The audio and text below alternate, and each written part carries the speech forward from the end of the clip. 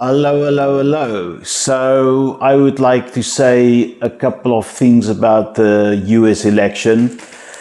So I guess you're all familiar with the polls. Like before Harris, what's not Harris, Biden exited, it looked bad. I think he was trailing by 5% or something.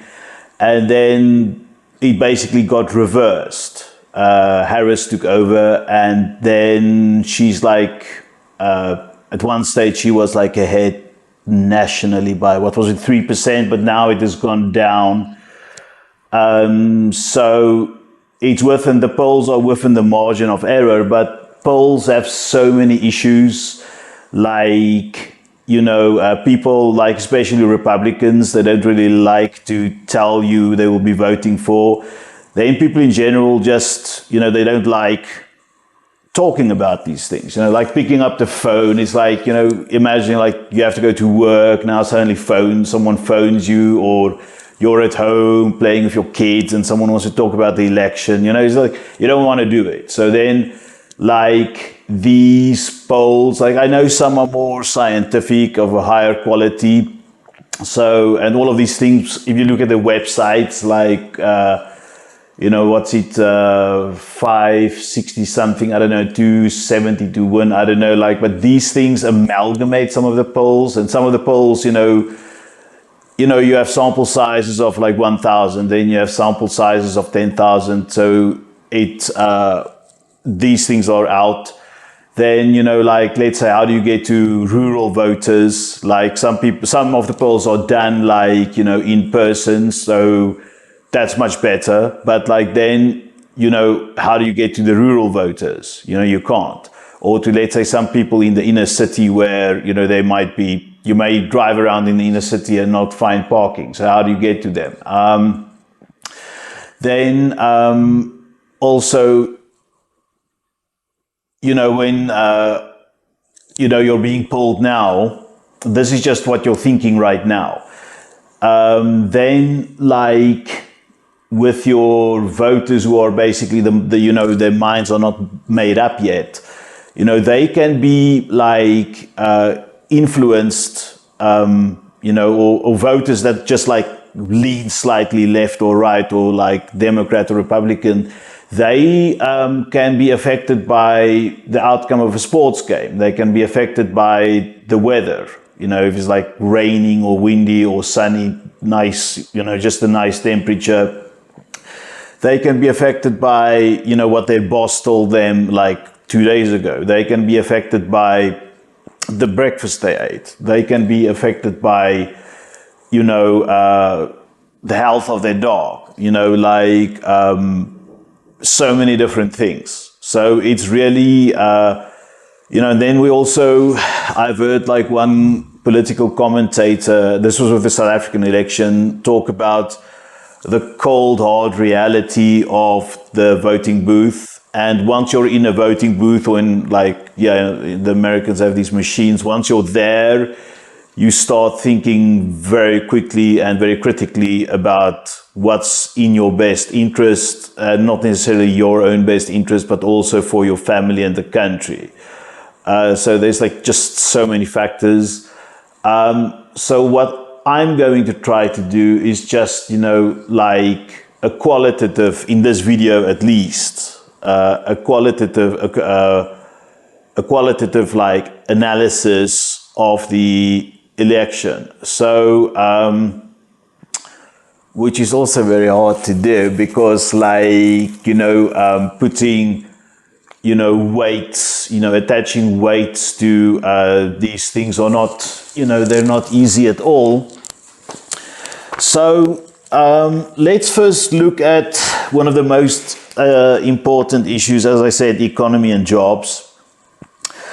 You have inflation, so inflation has obviously been, I don't have the numbers in front of me, but it's been compounding for 4 years or 5 years since the last US election. So, the things are much more expensive. And it's not just like compound inflation. We have like the COVID pandemic, which disrupted all of these supply chains.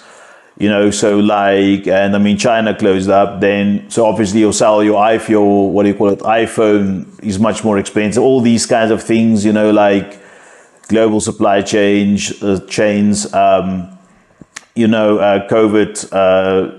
it really pushed up inflation.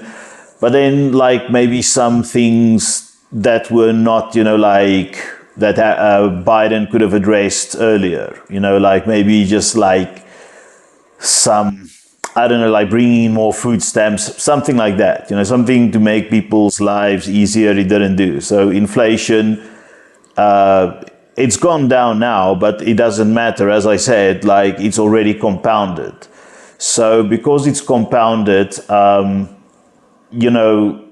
even if you have a mathematical background, and I do, like I've been out of South Africa now for 4 years, just in my latest stint. But then when I went back for holiday, it's basically, and we don't even have crazy inflation. The central bank keeps it at 7%, but then like go and compound 7% over 4 years. It's a bit. And then you go to the restaurant, you see the menu, you go to the pharmacy to buy drugs, and it's just this insane like price. So even although you have like a mathematical background, you're still shocked by the price, especially, if your income, hasn't like increased. So yeah, inflation, is a big thing.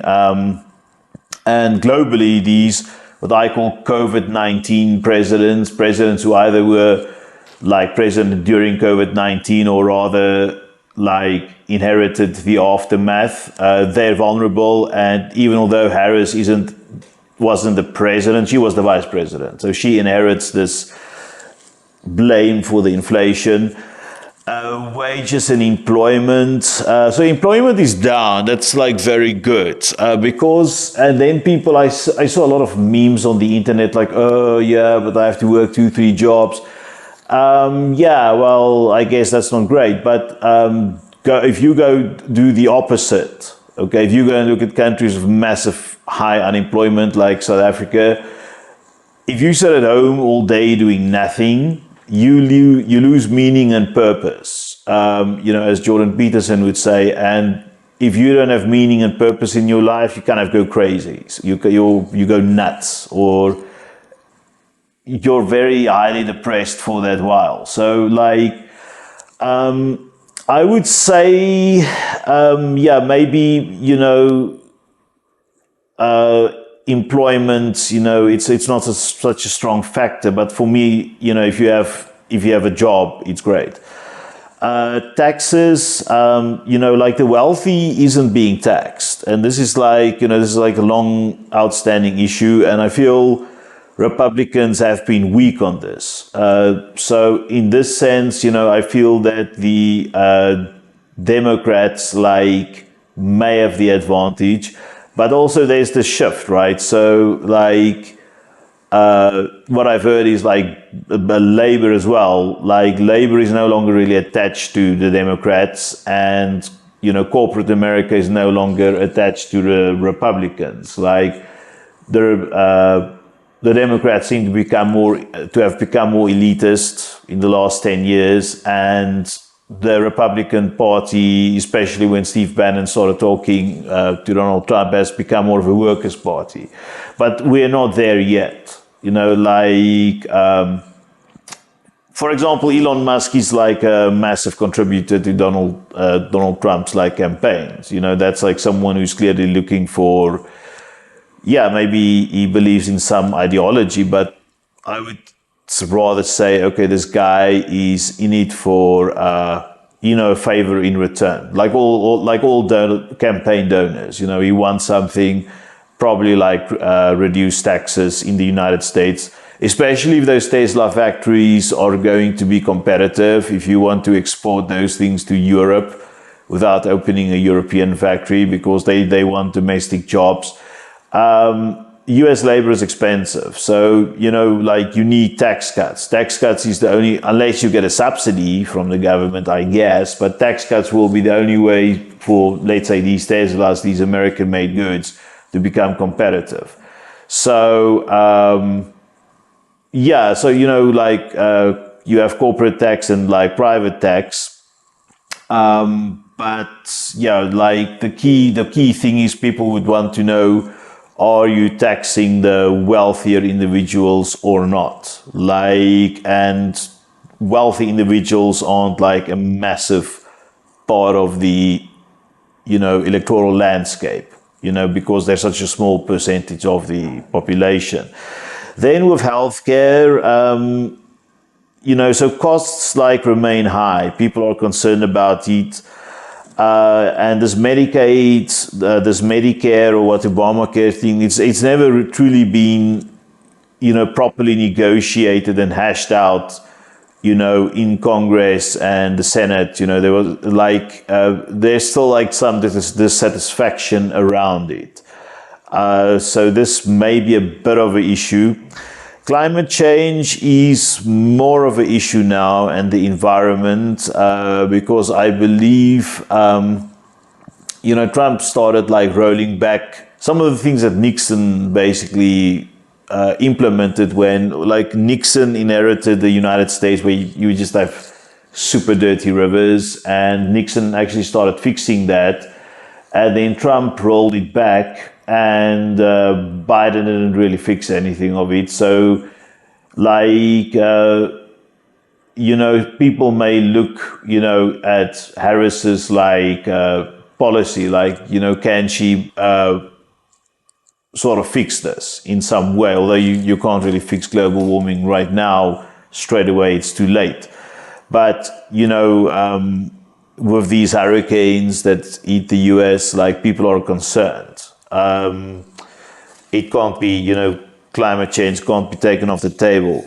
With education, apparently it's like quite expensive, and loans, like student loans. I've heard of people in the US, like, who are getting old, and they're still paying off student loans. Like, according to me, I'm kind of pro free education, as long as it doesn't break the government, as long as you don't go into a debt spiral, which you can never get out of. Like, but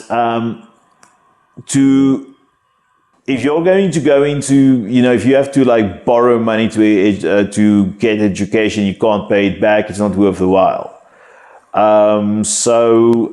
Education, and it's not just even an American issue, it's global. Education is like super expensive, and it's kind of, in many cases, it's just a money-making scheme, because go and ask the lecturers what they are making, the personnel, the cleaners working at the university, whoever, even the researchers, they're not making a lot of money. So, this is an issue.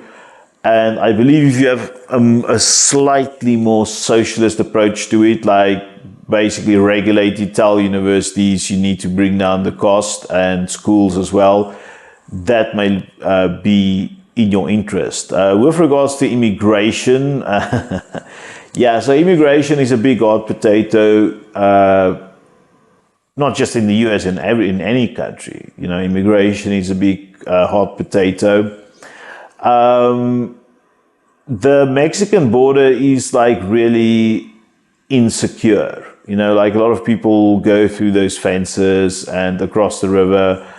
And, one needs to feel sorry for them, I guess, like, especially these people coming from these places like Central America, like Honduras, El Salvador, Guatemala. What's the fourth one? Those places are super dangerous. Mexico's dangerous. Like, Venezuela is totally broke and dangerous. Like, so the people of Haiti, they will try to get into the US. It's the best way for them to survive. But then, like, the economy needs to be ready to absorb them, which it's not. And I believe Biden, he didn't do enough on immigration. You would just see these videos on multiple different news channels of people just forming queues, like going through the Rio Grande, and that thing in between, was it Panama and Colombia, the Darien Gap? People just like queues and queues of people walking through the jungle trying to get into the US. And then many of the people in the US, like these street gangs, MS-13, MS-18, they are a problem. And they make a lot of money, many of them, doing drug trading. Now, obviously, the overwhelming majority of people, I don't have a percentage, but probably it will be, in your high 90s, 99. I will do an immigration video, but I know, for example, for South Africa, only 1% of immigrants commit crime. So it's not really an issue, the crime per se, but it's being perceived as one. So as long as that's an issue, immigration will be an issue. To put it into perspective, if blonde, blue-eyed Anglo-Saxon Americans, if they were the people doing all of the drug smuggling, all of the gun running, then, and if you caught these people at the border and you have their mugshots and pictures of them going viral, then immigration would not really be an issue. Also, with the assumption that they're not taking jobs. Once again, okay, immigration for me isn't an issue with regards to the job market because there's enough jobs in the US right now.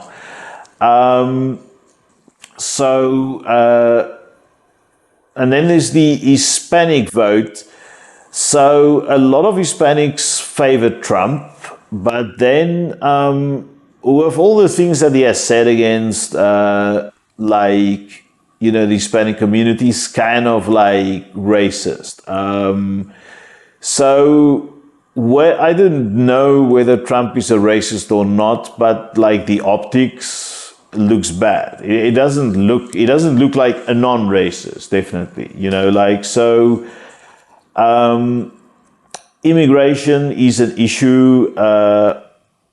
I would call immigration, though, in Trump's favor. I would say this is something people would support Trump on. Crime and public safety. Trump talks a big game, but the thing is, Harris is an actual prosecutor. So when you have a prosecutor talking about crime, who's got an actual record on it, that looks better. So I would basically give this to Harris. Gun control, I don't think this is going to come into play as much because all of the candidates are pro-gun. So, I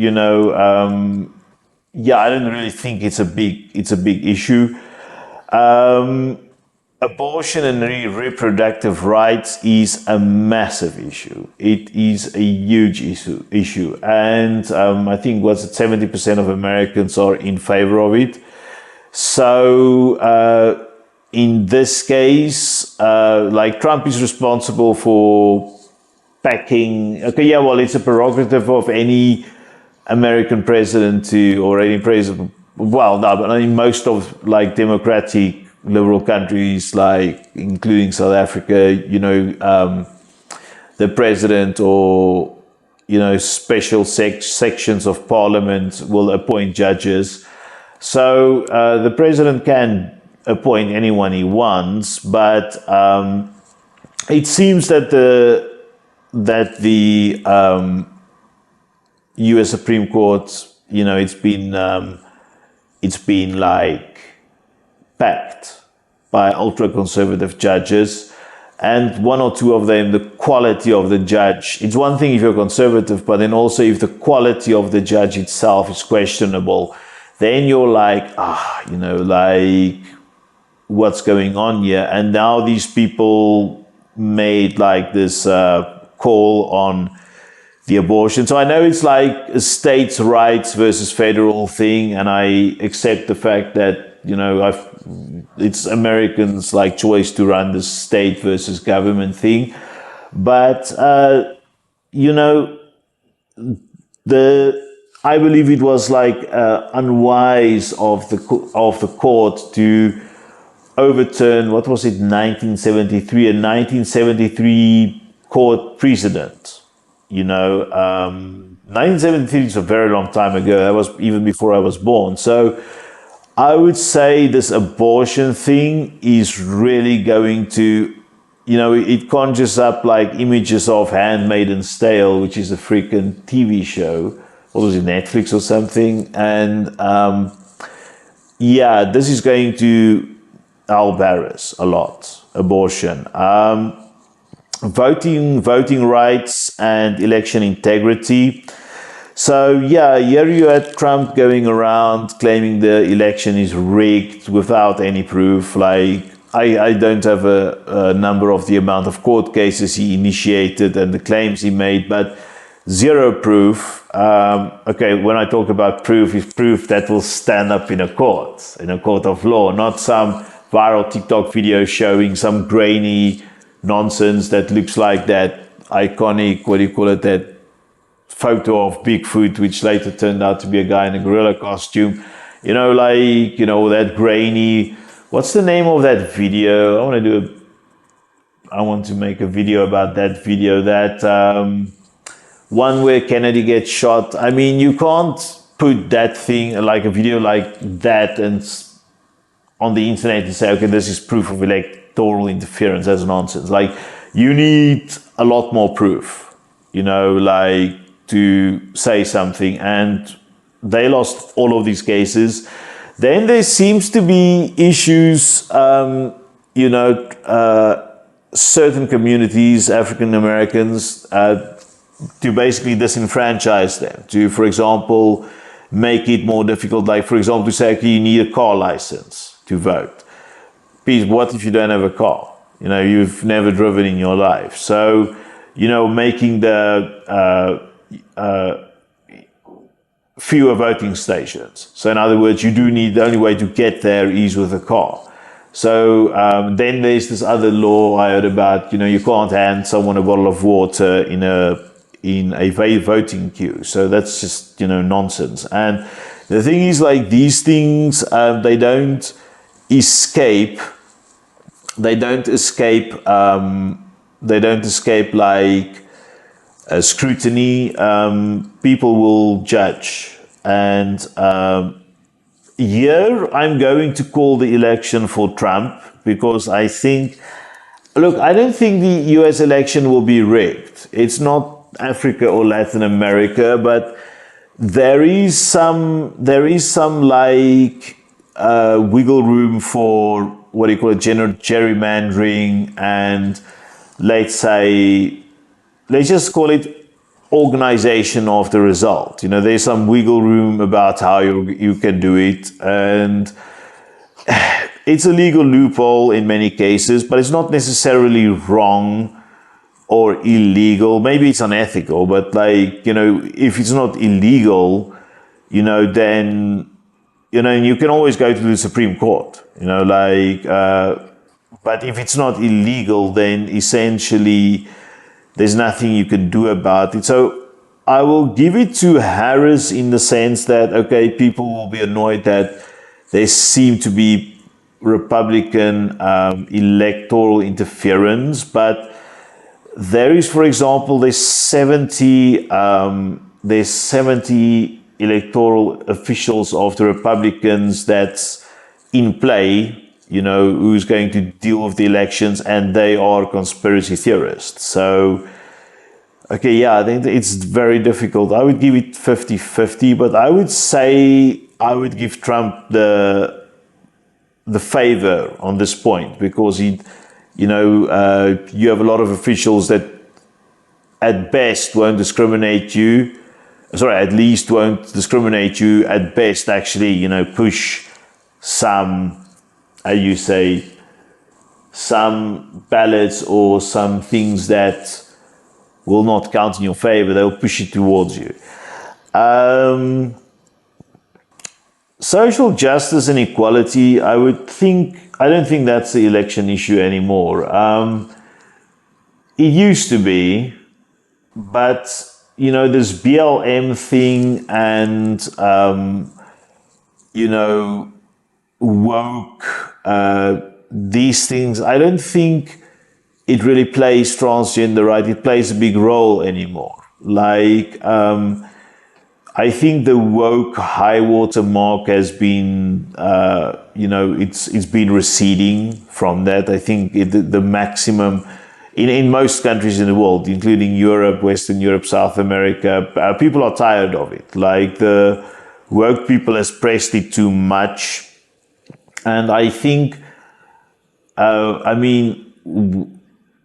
BLM, for example, got like a lot of places to, defund the police. And in many cases, it's been a disaster. So now, it is basically, it's just the system sorting itself out. Like you had some rotten cops, they've been taken care of, and it's no longer an issue. So social justice, I won't say, I would tie it rather, with the voting rights, but like the other stuff like racism or sexism or what do you call it, trans rights, like I don't think that's an issue. Foreign policy is interesting. Usually it's not in any country a big electoral issue unless there's very special like circumstances. But in this case, China is a big issue. I think Americans are scared of China, or at least, of what China can do economically. Like, China, with regards to AI, electric vehicles, for example, China is pushing ahead. They're overtaking the US. China has more influence in Africa these days. They are like making inroads into traditional US strongholds, like, for example, South America.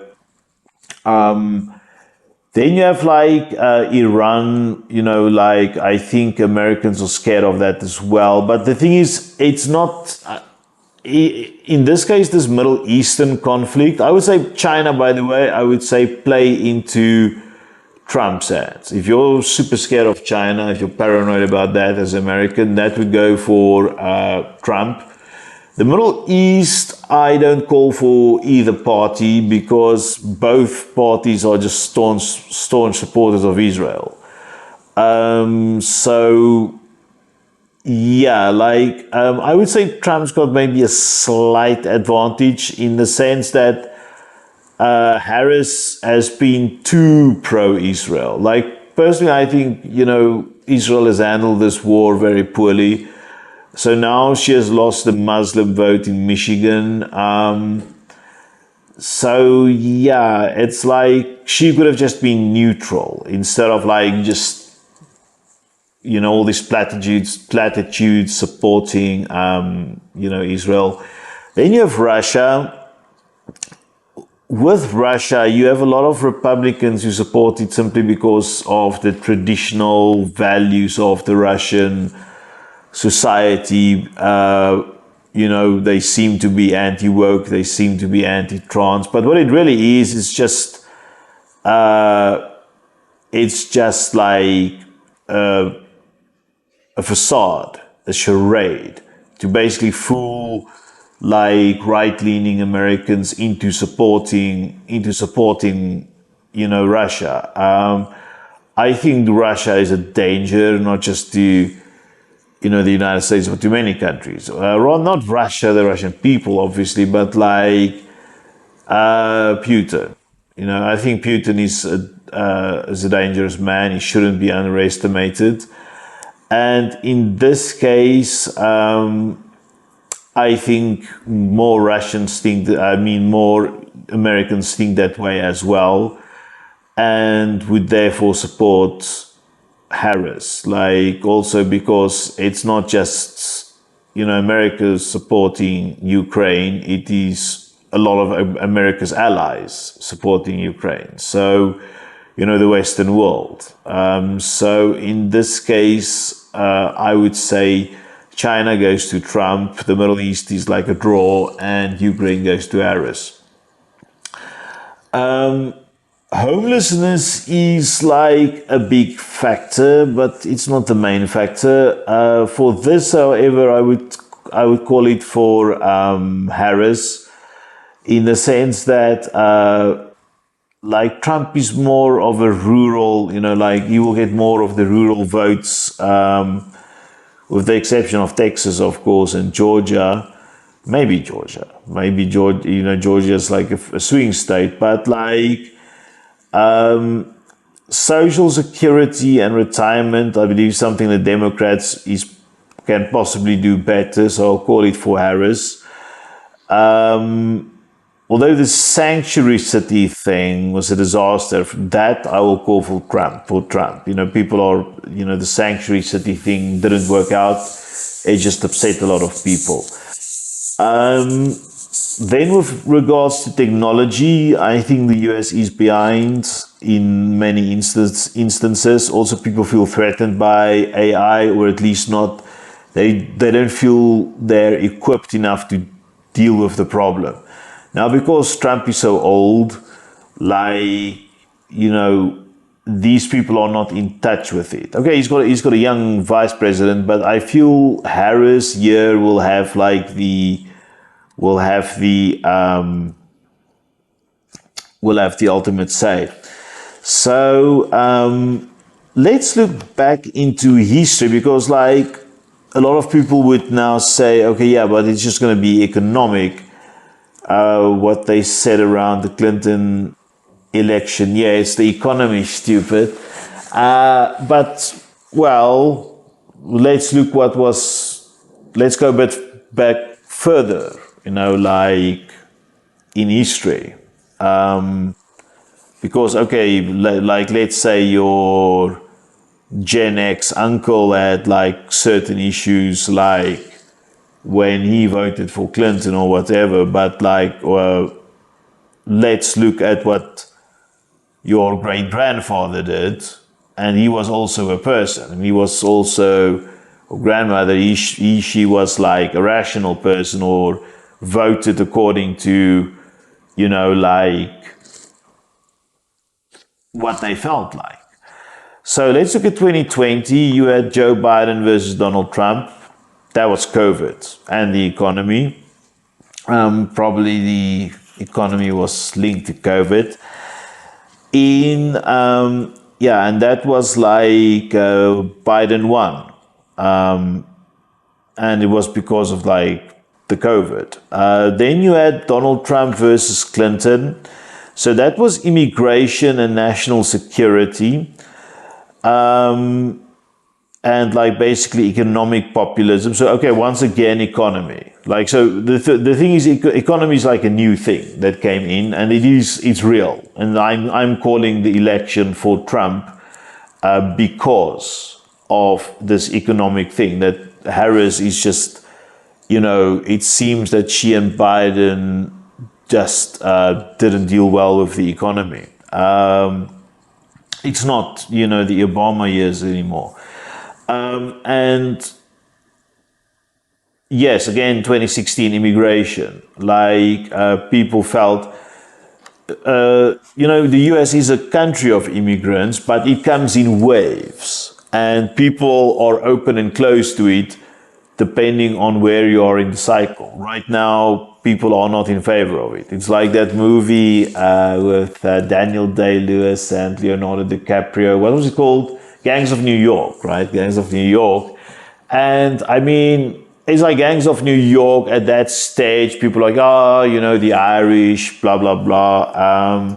But it was temporary. And then, it went away. And later you had an Irish president, JFK. Joe Biden is Irish as well, right? So it depends. But right now, it's not, immigration is a big issue, which I call for Trump. And he won. He won over Clinton in 2016 because Clinton got fooled by the woke people into taking these super social justice stances, which,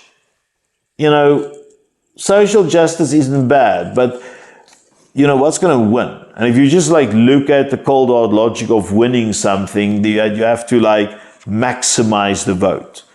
You have to maximize the vote, and you know, she chose minority issues, which didn't, you know, win. It was like it wasn't possible. Then 2012, Barack Obama versus Mitt Romney, economy and jobs. So they were recovering from the Great Recession. So yeah, Mitt Romney, I think people just didn't trust him enough with it. Unemployment was a big issue, and healthcare. Hence, like, you know, that's why Obamacare succeeded, is because it was such a big issue. And healthcare for me is kind of a subset of economy, to be quite honest, because if you have like a booming economy and you have like this huge amount of extra money that you can allocate on something, yes, you can spend it on the military, but like, yeah, like the economy, people like will then probably spend on, you know, on healthcare, because it's easy to just allocate money to that, and the supply chain is already there, you know, to deliver things to hospitals. You can immediately just rent more, hire more doctors, like either, you know, from the private sector or get people from overseas, like Indian doctors or something. So it's quick to like make an impact on healthcare, and I think that's why Obama was so popular, is he could do that. 2008, Obama versus McCain.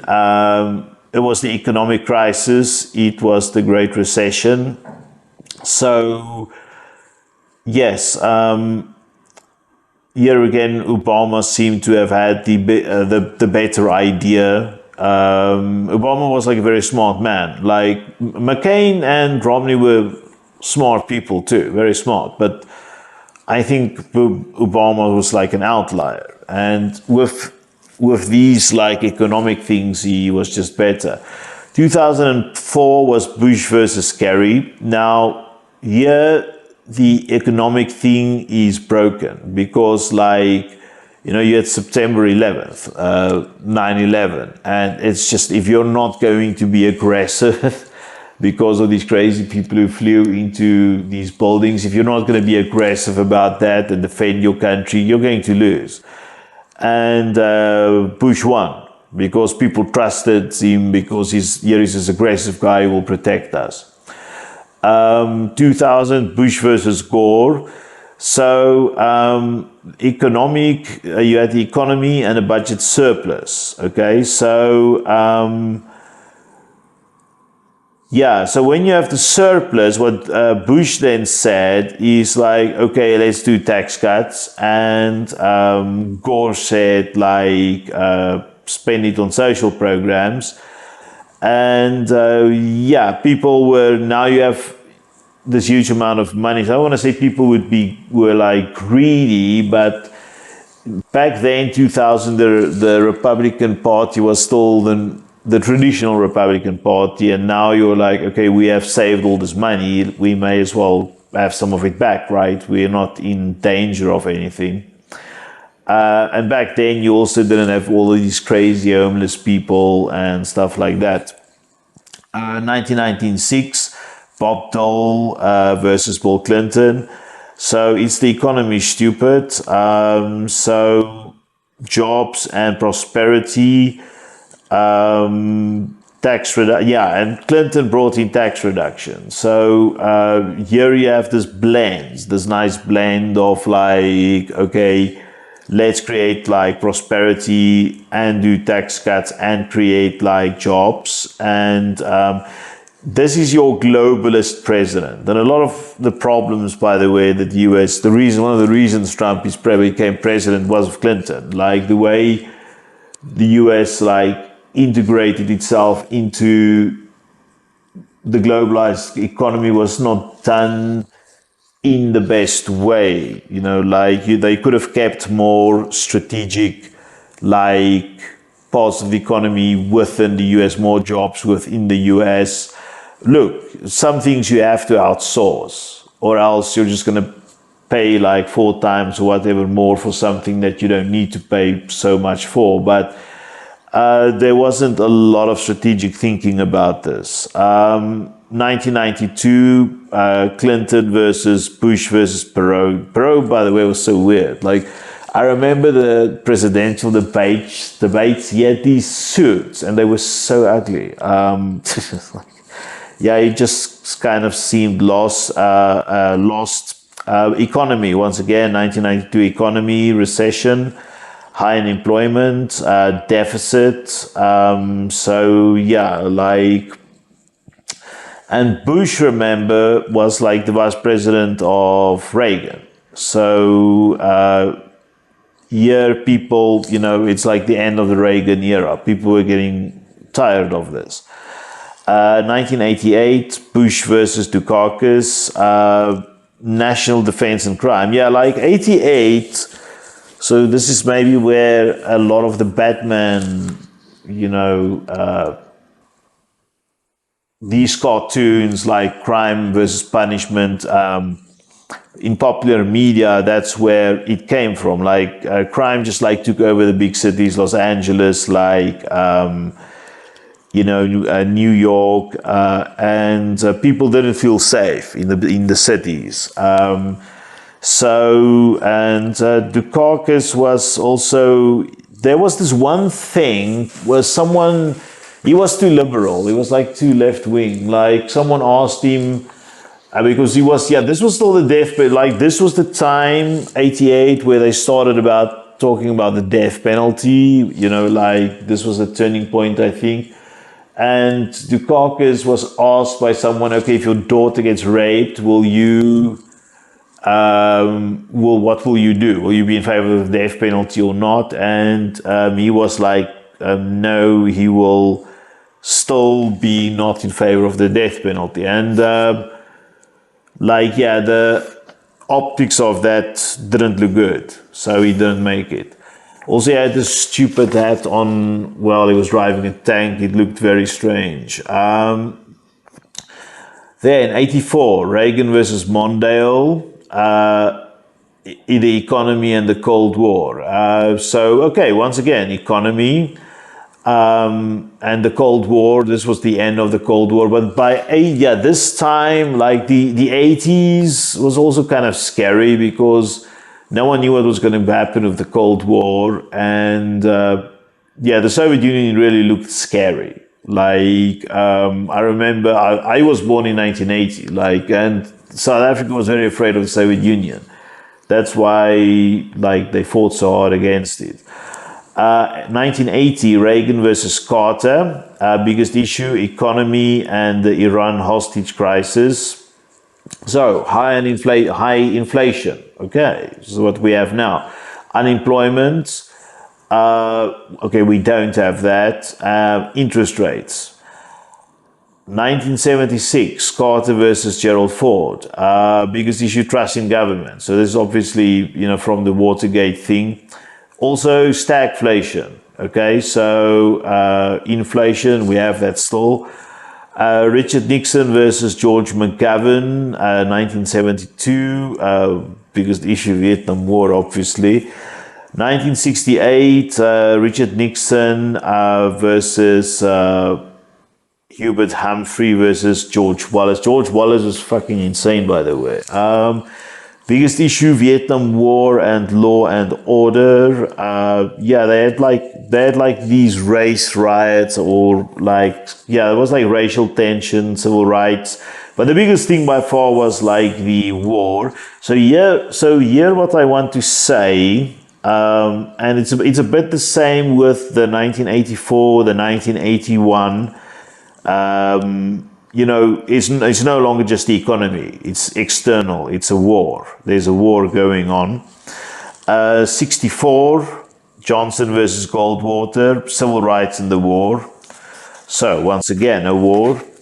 Then if we go to 1960, Kennedy versus Nixon, Cold War and civil rights. Look, civil rights, if civil rights are a big issue, it will always like be a big election issue because it's a very basic, fundamental thing. And there's a lot of morality around it. People will feel guilty about something. But once again, Cold War, because of the Cuban Missile Crisis and that nonsense. Like, okay, 1956, Dwight D. Eisenhower versus Adlai Stevenson. I didn't even know who Adlai Stevenson is. That's how far back we have gone now. We're now in 56. So, Cold War, economic prosperity. Weren't they rich in the 50s?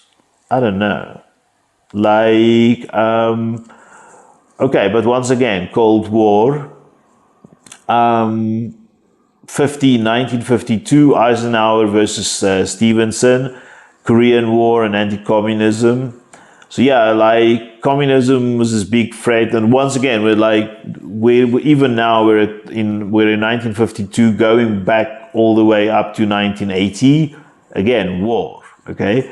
1948, like Harry Truman versus Thomas Dewey, post-war economy. Okay, so now we're back into economy. This was what the Fair Deal and New Deal, those things. 1944, Roosevelt versus Thomas Dewey, World War II. Again, war.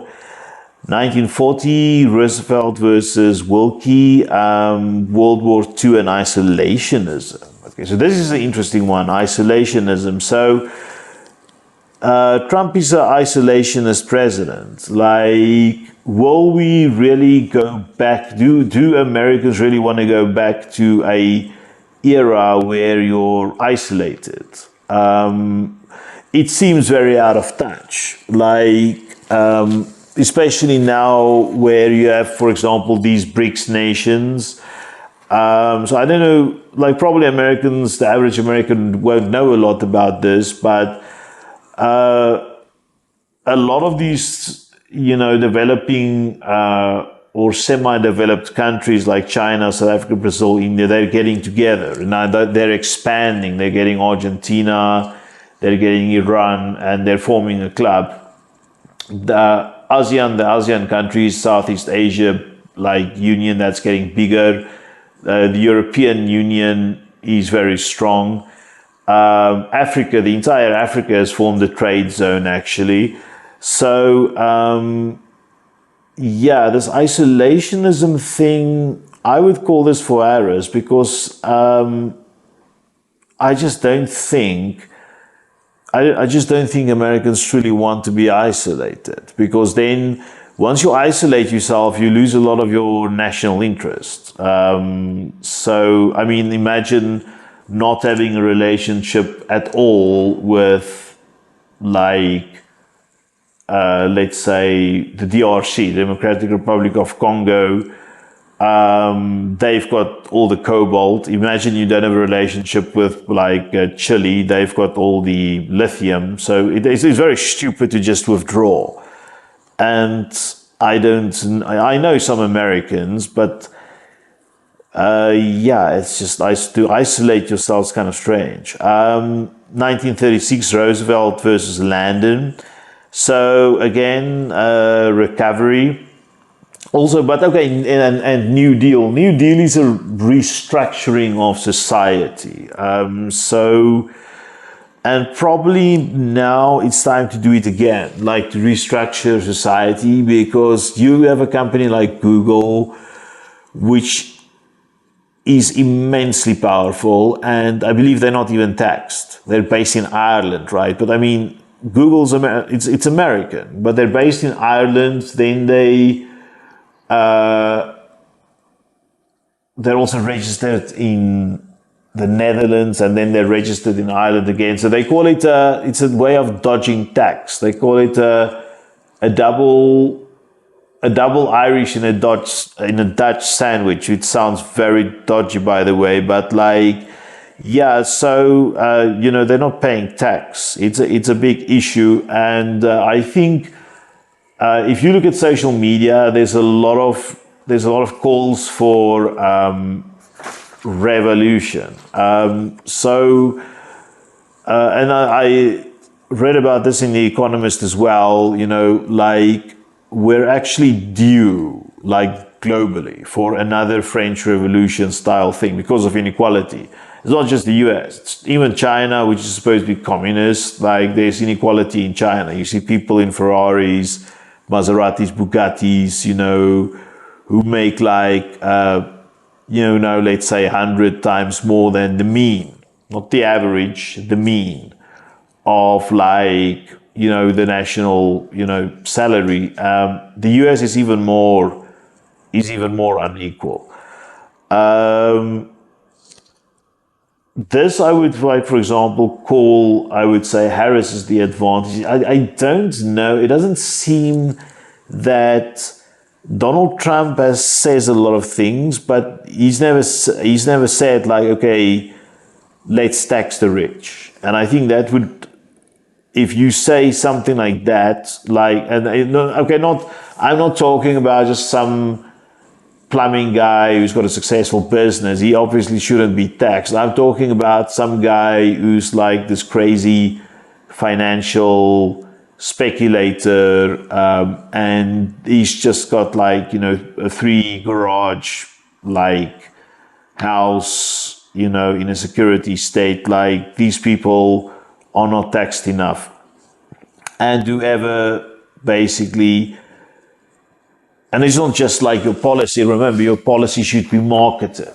You know, people should know what your policy is, point one. I think, and yet this is what I kind of call for Trump, because like Harris' marketing is not as good as Trump's. Trump's a marketing guy. He's been marketing himself his entire life. And the case, life is long because he's very old. But like, yeah, you need a policy, then you need to market it, and people actually need to like your policy. But I have never heard him, and for this reason, I've never heard him say, okay, let's like really tax the rich, you know, the super rich.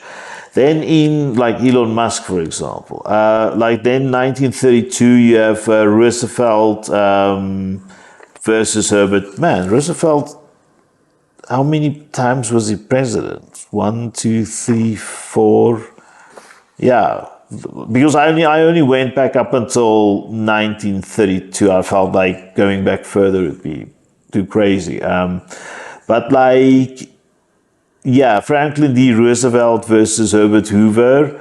Okay, Great Depression. So economic, you know, economic disaster. So let's look a bit closer at like the policies, and or rather what happened like in the last couple of, like, now we're just jumping back into the future, what happened in the last couple of years. So the Trump economy, so this is what's now for, this is the nice thing for Trump, is he's already been president. So, and it's only like, you know, when did he start? 2017 until 2021. So people, it's kind of fresh in the memory of what he has done, whether you like it or not.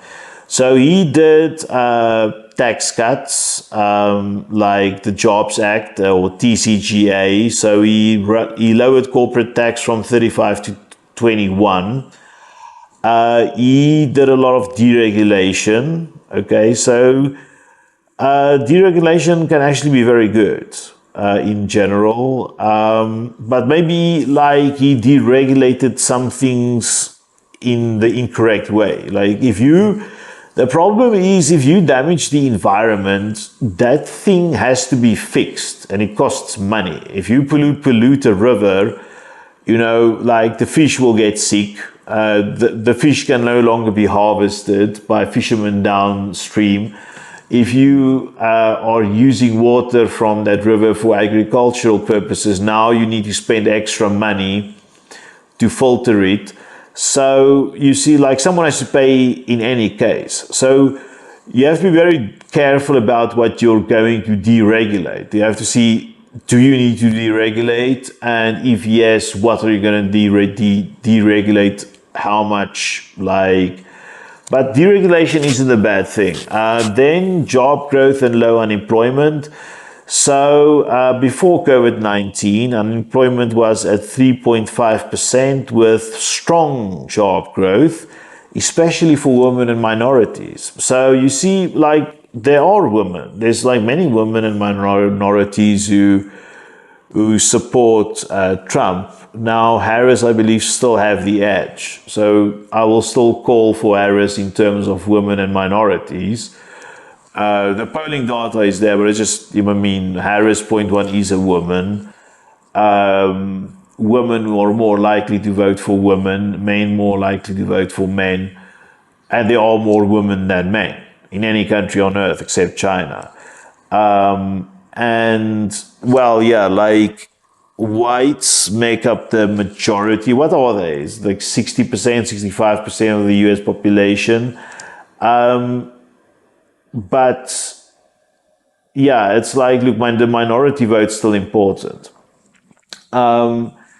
So then you have trade policies and tariffs. This is a good thing that Trump kind of did, I believe, is he imposed tariffs on China because, look, when China joined I want to do a video about this, the World Trade Organization.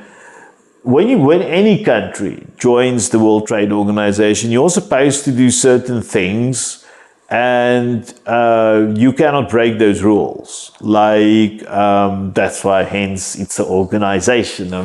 If you could do whatever you want, if it was the Wild West, they wouldn't need an organization. Everything would be deregulated. You could do what you want. But the World Trade Organization, clearly, they've got a lot of rules. You can't just go and dump a lot of, for example, dumping.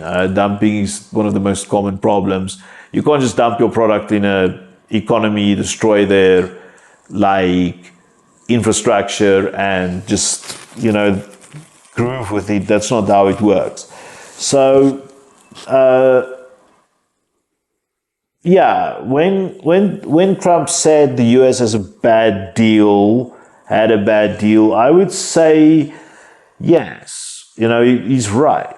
The US had a bad deal. And the tariffs, I believe, is good. Not for everything. Some things still need to enter the country. So, because inflation will go up. Let's say if it's a high-use electronics. Let's say cell phones. People go through cell phones like toilet paper, myself included. But maybe you don't want to put too much tariffs on cell phones, but maybe cars you want to.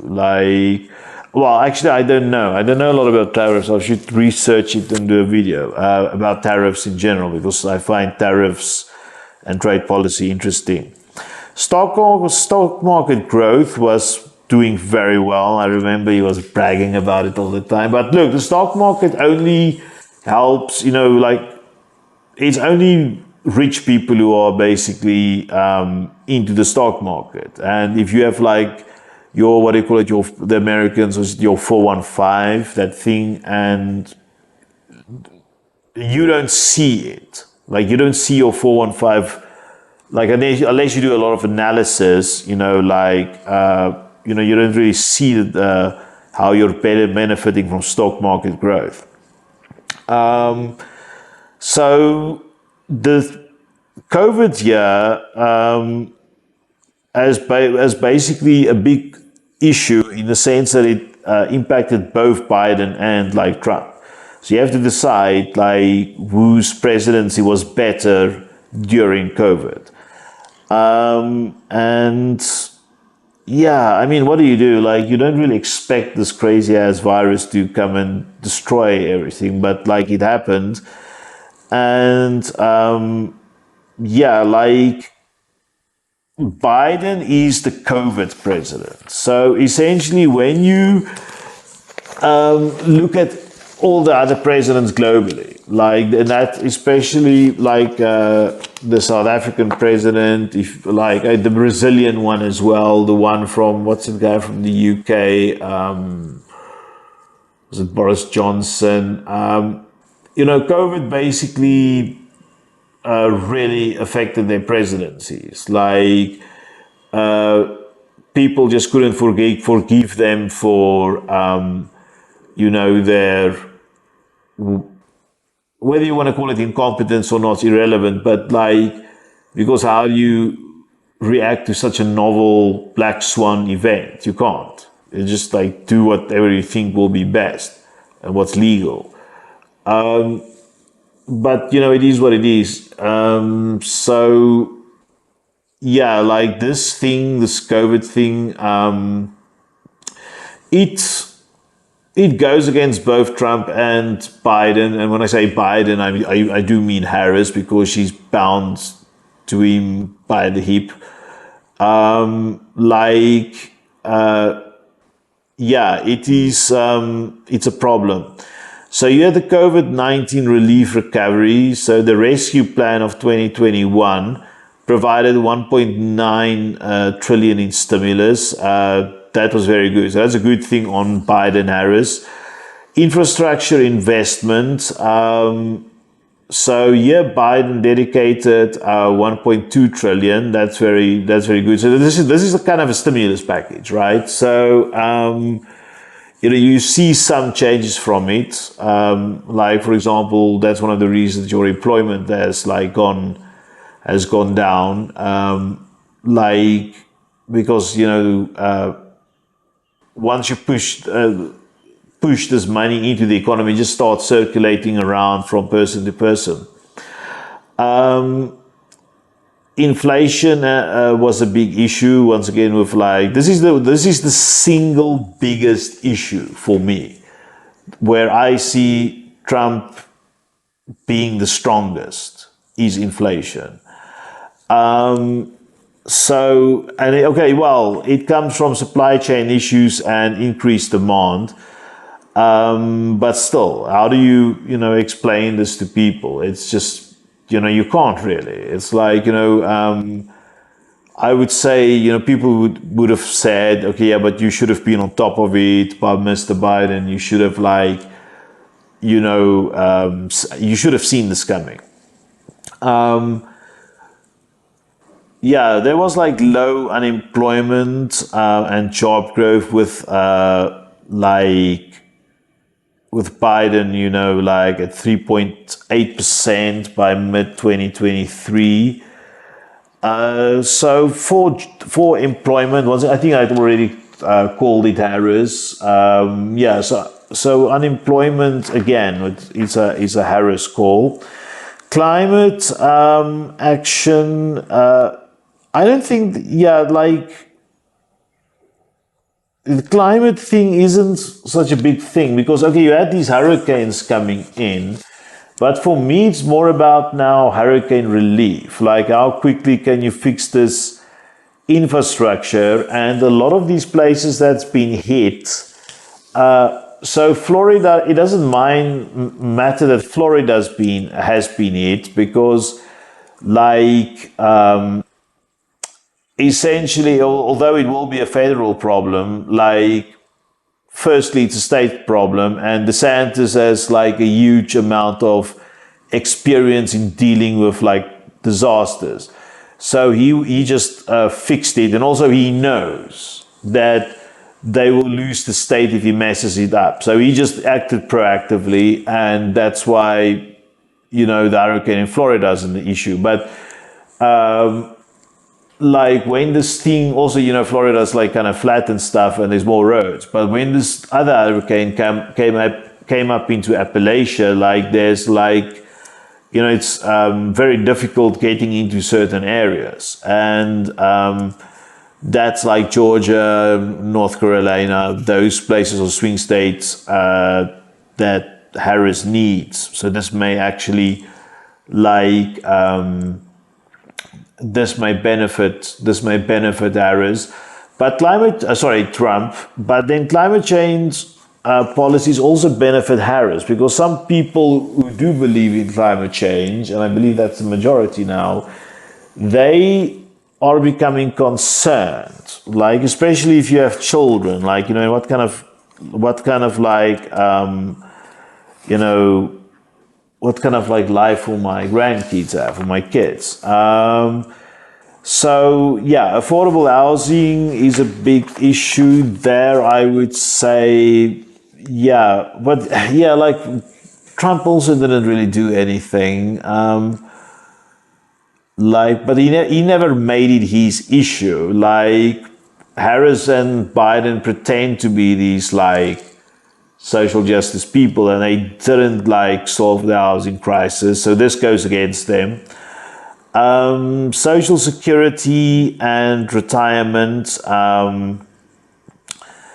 This is something that's a very old thing. It's been there for a while, so I wouldn't I wouldn't say either Biden or Trump Harris or Trump benefits from it. Technology is an issue. It's a big issue because China is so strong, the European Union as well. And here I feel because of a youth, Harris has the upper hand. I know Trump has like Elon Musk, but that's just one guy. People think more broadly than that. So, yeah, like who will be best for the economy and technology? Who do you trust more? Who will like protect your interest the best?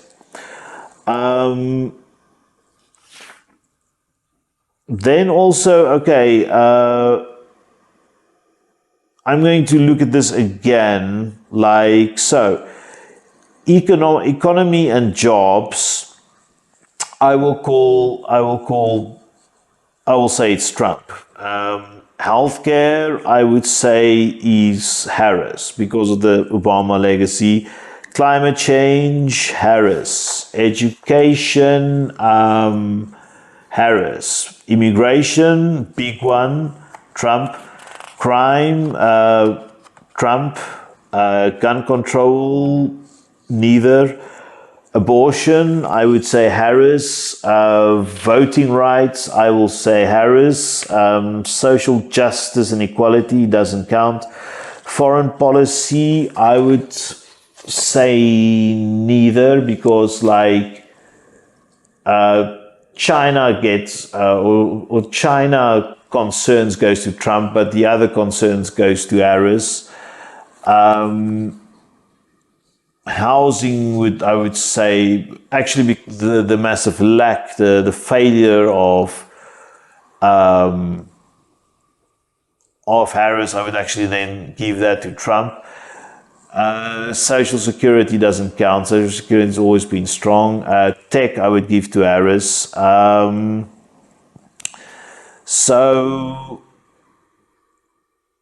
yeah, basically, then there's one more thing, and that is the January, what was it, January the 16th or January the 6th riots, where they almost took out the Capitol buildings and they almost hung Mike Pence. That is a massive issue. That's a national scandal of epic proportions where the world couldn't believe its eyes. What's happening to the US. I know the US, you had the BLM, you had the LA riots. What nonsense happened before that?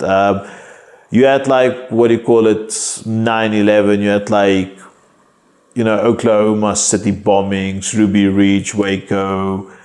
But for me, all of these things, they're small in comparison to 9/11. I mean to January the 16th, where this is it's almost, some people made videos on YouTube, what's the probability of the US going into civil war? It's people wrote books about it.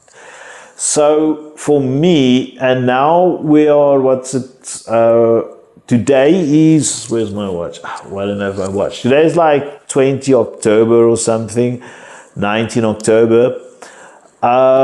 where about, what is it, 8% of the electorate or 10% of the electorate hasn't made up their minds.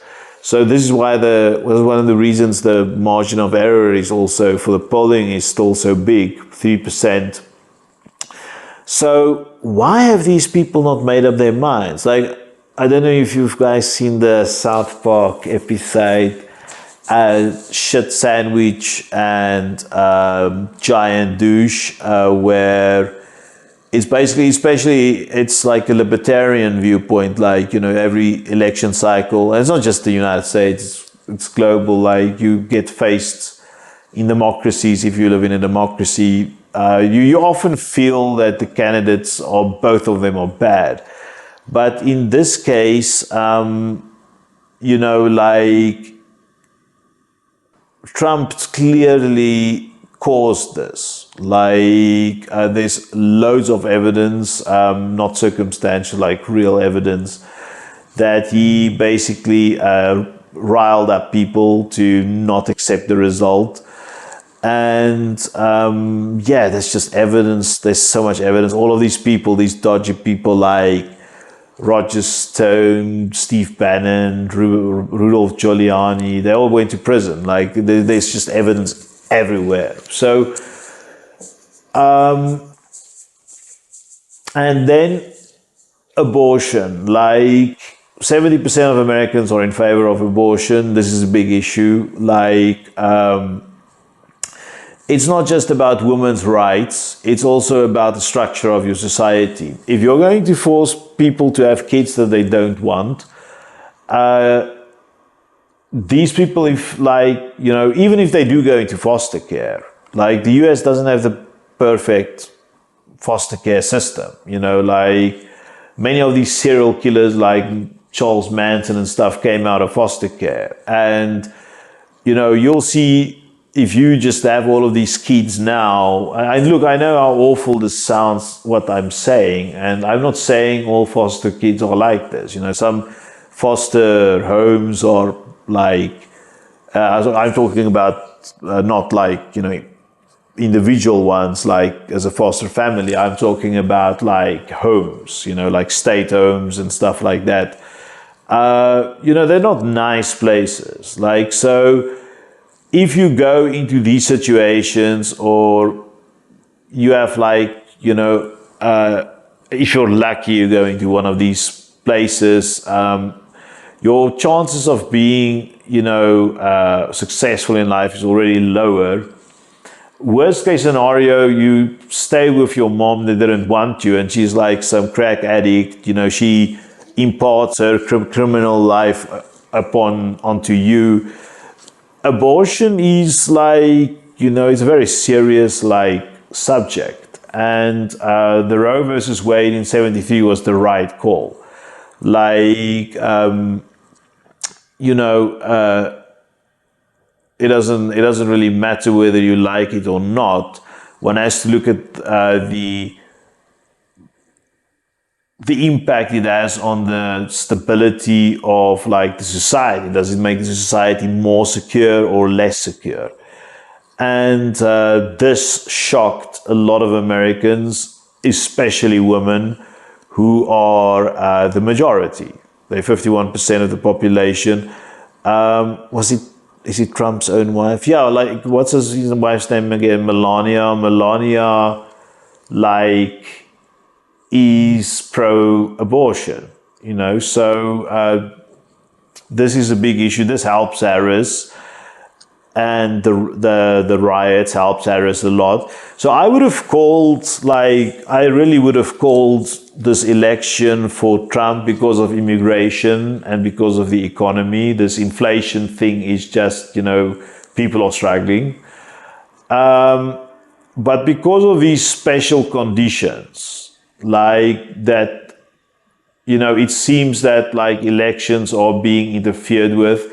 It seems that, like, the US may lose its freedom, or at least the optics are there that this may happen. I'm not saying it will. Like, look, probably, like, I can bet you money, like, I'm willing to bet money that, you know, nothing will happen if Trump becomes president, because that's just the nature of the US. The US is like a first world country. It's a very old country. Democracy is very old. These things don't just fall away because you have one bad president. Like, Trump isn't the existential threat. So probably nothing too drastic will happen if he's president. But the thing is, the perception that it will is there. And my theory is that these 8% of people who haven't made up their minds yet, the swing state voters, they're thinking very long and hard, who's the least worst option, not who's the best option, who's the least, because the best option, these people who thought about what's the best options have long since made up their minds, years ago, like freaking 4 years ago, 2 years ago, like, okay, I'm going to vote. People in California was like, I'm going to vote Biden because, you know, I do not like Republicans, or I hate Donald Trump. People in Texas were like, I hate the woke. And they made up their minds 2 years ago, maybe even longer. But you have to ask yourself, why have these 8%, 10% of the electorate, why haven't they made up their mind yet? And I think these people are sitting there 20 days out from voting, thinking long and hard about why, you know, like, who should they vote for? Who's the least bad option for the US, their families, and themselves? And I think they are thinking Harris simply because of January the 16th, and to a lesser extent abortion. Although, like, there will be a lot of distrust towards Harris about inflation. Inflation is a big thing. Also immigration. But for me, the two biggest things is January 16th versus inflation. Like, what will these people think is the biggest issue? Now, inflation, the damage has been done, but it seems it's under control. January the 16th, on the other hand, this nonsense can be repeated easily. Like, it can be repeated, like, you know, it's very unfair. You can't call people who support, like, far-right or like right-wing characters like Donald Trump deplorables. That's like a really awful way of describing people who just have a, you know, or like, you can't describe woke people as Nazis, you know, that's absurd. Like, you have to respect, like, people who just want to live, you know, like, get along with their lives. Essentially, you know, so these people do have, like, you know, their rights to have, like, their opinions and stuff, but there are many people, and look, there's a lot of rotten people on the Democrat side who supports, like, you know, these crazy people who burn down campuses, you know, who support Democrats, but like, on the, you know, there are people who support Trump who's basically in the Ku Klux Klan. And it doesn't go unnoticed. So these people, in the 7 swing states, they will decide. And like, for example, in Arizona, it will come down in some places to hundreds of votes. Like, they will decide what they think is the least threatening of the two candidates, and they will decide about how bad they think the economy 0.1 is doing, because remember, this is the inherited, like, Biden incumbency type of thing, and how much worse can it get in the next 4 years. So these are the two things at play. And because inflation seems to have stopped, I am not discounting how bad inflation is. I'm not discounting people working 3 jobs to make, you know, and still struggling to make ends meet. I've seen memes like, I've seen this meme randomly on the internet maybe 20 times. So this is real. This is real stuff. But, you know, I just think this is, as we saw in the historical analysis, there's just two things, economy and war. And this January the 16th thing seems like, you know, a potential or a manifestation of some form of war or a threat of one. And I think if you look at Brazil stepped away from the far right. France stepped away from the far right. 2 years ago, the Dutch stepped away from the far right. The UK said no to the far right. In South Africa as well, we said no to populism.